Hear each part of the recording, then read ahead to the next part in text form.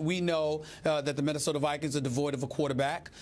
Clearly, Michael Vick, listen, his durability is a huge question mark. He's only played all 16 games, I believe, just one time in his entire career. His durability has been a question mark, and obviously his throwing accuracy. And when you get beat out by Nick Foles, it speaks for itself, primarily due to the fact that Michael Vick was just getting obliterated, not this past season, but the season before, and still probably had brain damage from the hits that he was taking in the 2012 season. But in the end, what it comes down to is this. He can still make plays. He's still a playmaker. He still has an arm. He can still make plays with his legs. And when you combine that with the solid offensive line that Minnesota has, combined with the best running back in the game of football as far as I'm concerned, the dual threat that they can create, I don't think there's any question that Michael Vick, the acquisition and the addition of Michael Vick can ultimately propel the Minnesota Vikings to being a playoff team. I think it's very, very possible. Well, I mean, Vick has never had a quarterback never had a running back like AP. So that would be interesting to see how, what type of system they would put in place. He's never handed off that much. Used to making plays with his feet when he has to. He was his own running back for a long time. Exactly. And even in Philly, that was an odd system. He never really got a chance to settle down into that. They tried to make him into a pocket passer. The line sucked when he was there. It would be interesting to see. I think they got bigger problems in terms of their defense with the Vikings. They got to shore that up. And, I mean, Vick, I think, still has it. It just depends on what system he's put into. Interesting. You say he still has it. Stephen A. says, yes, I could see a playoff team. By the way, Mr. Smith, I do remind you, only 2 years back, Christian Ponder made the Vikings a playoff team, just for the record. Just for the record. You talking about during the same season that Adrian Peterson rushed for over 2,000 yards? You talking about that season? Christian Ponder was pretty good by Christian Ponder standards that year. They did make the play. You got to give him that. Hold on, Skip. What standards are Christian Ponder standards? I'm sorry. Could you educate me about that? What was he? I can't remember picking the draft standards. He was a first-round pick. I forget what it was, 10, 12, somewhere in there. So by those standards, I thought he was pretty good. I mean, you've just creamed him on the show on a weekly basis. But the point is, back to Michael Vick.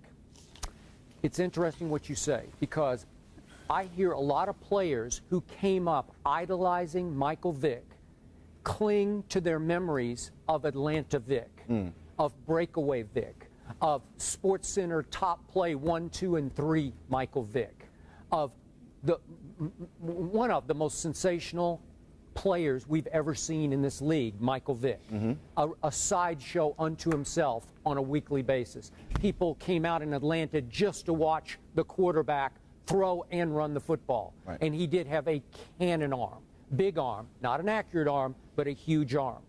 So now, over the last 2 years in Philly, and you can talk about the line and you can talk about the two systems he was in from Andy Reid up to Chip Kelly. His QBR, that's the best stat for me, quarterbacks, 0 to 100. He's a 49.9, which ranked him over the last 2 years 22nd among NFL starting quarterbacks. Christian Ponder was ranked just a little bit higher at 51.5. These are stats. It also counts his running yards. And over the years he's started, since 2010, he has the second most fumbles in the National Football League, 36 to Joe Flacco's 37. He has been a mistake waiting to happen. Stephen A. and I have talked often about how he became like a punch-drunk fighter. He took so many shots. He did. He's just wobbling, man. He's not sure. He holds the ball so long trying to make the big throw, the home run to Deshaun. Boom, gets rocked. Big heart, big guts. Nobody questions any of that. But he's taken so many hits, and he's lost the ball so many times. His confidence is shot. We're not talking about the Atlanta Vick anymore.